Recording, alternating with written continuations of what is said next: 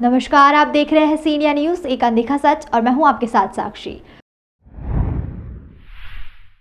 प्रदेश में यातायात व्यवस्था सुधारना एक बड़ा गंभीर विषय है, जिसको लेकर सदैव जनप्रतिनिधि आगे आकर समस्याओं को लेकर आला अधिकारियों से चर्चा करते रहते हैं। अलग अलग मामलों में एक्सीडेंट में जहां 2 मौतें हो गई है, वहीं प्रतिनिधि सड़कों पर उतरे और यातायात प्रबंधक पर फोन पर चर्चा करने के दौरान MIC मेंबर खुद लाइन ऑर्डर को दिखाते हुए चक्का जाम करने के लिए सलाह दी गई। इसके आक्रोश में आकर जनप्रतिनिधि पुलिस कार्यालय पहुंचे और यातायात व्यवस्था और यातायात प्रबंधक द्वारा किए गए व्यवहार। दरअसल शहर के व्यवस्थम इलाके नौलखा चौराहे पर सड़क हादसे को लेकर कई बार मृत्यु हो जाती है। इसी के चलते जनप्रतिनिधि सड़कों पर नजर आए और यातायात व्यवस्था सुधारने को लेकर यातायात प्रबंधक महेश चंद्र जैन से MIC सदस्य मनीष शर्मा ने व्यवस्था के समाधान को लेकर चर्चा की। वहीं दूसरी ओर यातायात प्रबंधक महेश चंद्र जैन द्वारा की गई चर्चा में जनप्रतिनिधि को चक्का जाम करने को लेकर कहा। फोन पर भी जहां चर्चा में इस तरह का व्यवहार अधिकारियों द्वारा किए जाने पर जनप्रतिनिधि आक्रोशित हो गए और जहां MIC सदस्य और पार्षदगण और रहवासी संघ के लोग बड़ी संख्या में रिगल पुलिस कार्यालय पहुंचे। एडिशनल CP राजेश हिंगड़कर को ज्ञापन दिया गया, जहां यातायात व्यवस्था सुधारने और नौलखा चौराहे को गोद लेने की बात करते हुए MIC मेंबर मनीष मामा ने बताया कि यातायात प्रबंधक द्वारा फोन पर की गई चर्चा में उनका व्यवहार ठीक नहीं था, जिसको लेकर आला अधिकारियों को घटना की जानकारी दी और उचित कार्रवाई की मांग की गई। वहीं नौलखा चौराहे पर आयोजित नो एंट्री में भरी मात्रा में ट्रक गुजरते हैं, जिसके कारण कई सड़क दुर्घटना हो जाते हैं, जिसमें पिछले 1 सालों में कई लोग अपनी जान भी गंवा चुके हैं। अतिरिक्त पुलिस व्यवस्था और यातायात को लेकर व्यापारियों की बैठक लेकर उचित निर्णय की मांग की गई है। दुर्घटनाएं हो रही है। अभी आपने देखा होगा 2 दिन पहले 2 लोगों की मृत्यु हुई, फिर जो तीसरा घायल हुआ था वो भी व्यक्ति की मृत्यु हो गई है।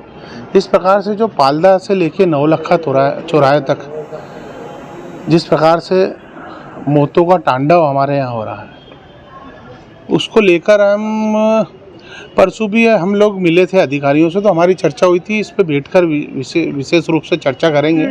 तो यातायात के हमारे जो शहर के कमिश्नर हैं राय सिंगनकर जी से आज हमने टाइम लिया था चर्चा अनुसार, तो हम यहाँ बात करने आए थे। हमारी पिछले दिनों आप घटनास्थल पर गए थे, अधिकारियों को फोन लगाया था, उन्होंने आपकी बातों को दरकिनार करते हुए आपसे कुछ नहीं, देखिए आप शब्द नहीं बोल सकते हैं अपन। उनसे हमने उनको विस्तार से पूरी घटना बताई थी कि इस प्रकार से घटना हो गई है, इस प्रकार से लोगों में आक्रोश है।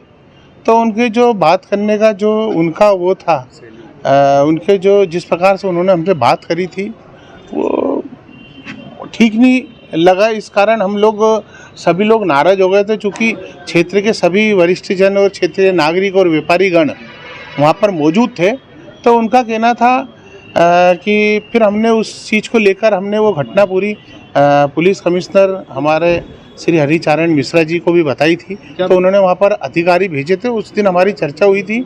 आज हम उसी विषय को लेके राय सिंगनकर जी से मिलने आए। क्या जनप्रतिनिधियों का अधिकारी सुनवाई नहीं कर रहे हैं? नहीं, देखिए ये विषय एक अलग विषय है। ये दुर्घटना जिस प्रकार से हुई है उसको लेके उसमें क्या सुधार हो सकता है, इस विषय को लेके हम लोग आज मिलने आए हैं। देखिए ये विषय एक अलग होता है। ये दुर्घटना जो होती है, लेकिन जनप्रतिनिधि को तवज्जो नहीं दी जा रही है, क्या कारण? देखिए तवज्जो वाली बात नहीं है।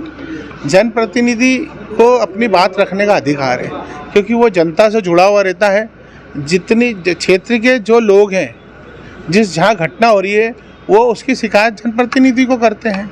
जनप्रतिनिधि का काम है उस व्यवस्था को संभालना और उसको आगे ले जाके उच्च अधिकारियों से उस विषय पे चर्चा करना। वो हमने किया। उल्टा सुनना पड़ी? नहीं, संतोषजनक जवाब नहीं मिला। मैंने ये बोला था संतोषजनक जवाब नहीं मिला था, तो इसलिए हमने उसको उनके ऊपर जो अधिकारी हैं उनसे चर्चा करी। अगर वो नहीं सुनेंगे तो उससे ऊपर जो लोग बैठे हैं उनसे चर्चा करेंगे उस विषय पे। इसमें नौलखा क्षेत्र की और प्रकाश नगर और जो 3 इमली और नौलखा से जो GBO तरफ जाते हैं, नौलखा से अग्रवाल नगर या यूनिवर्सिटी की तरफ जाते हैं, तो वहाँ की कुछ समस्याएं थी। और जो टर्निंग्स हैं, टर्निंग्स पे गाड़ियाँ खड़ी हो जाती हैं लेफ़्ट टर्निंग्स में, जिसके कारण ट्रैफिक काफ़ी वो होता है। और ट्रकों की भी समस्या इन्होंने बताई है कि लोहा मंडी जो है वो ऑलरेडी 78 स्कीम में शिफ्ट होने के बाद भी वहाँ काफ़ी मात्रा में गाड़ियाँ आ रही हैं। तो सारे सजेशंस, अच्छे सजेशंस जनप्रतिनिधियों ने दिए हैं।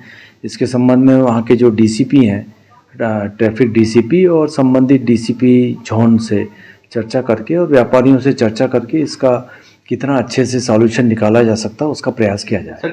तमाम खबरों के लिए देखते रहिए सी इंडिया न्यूज़, एक अनदेखा सच।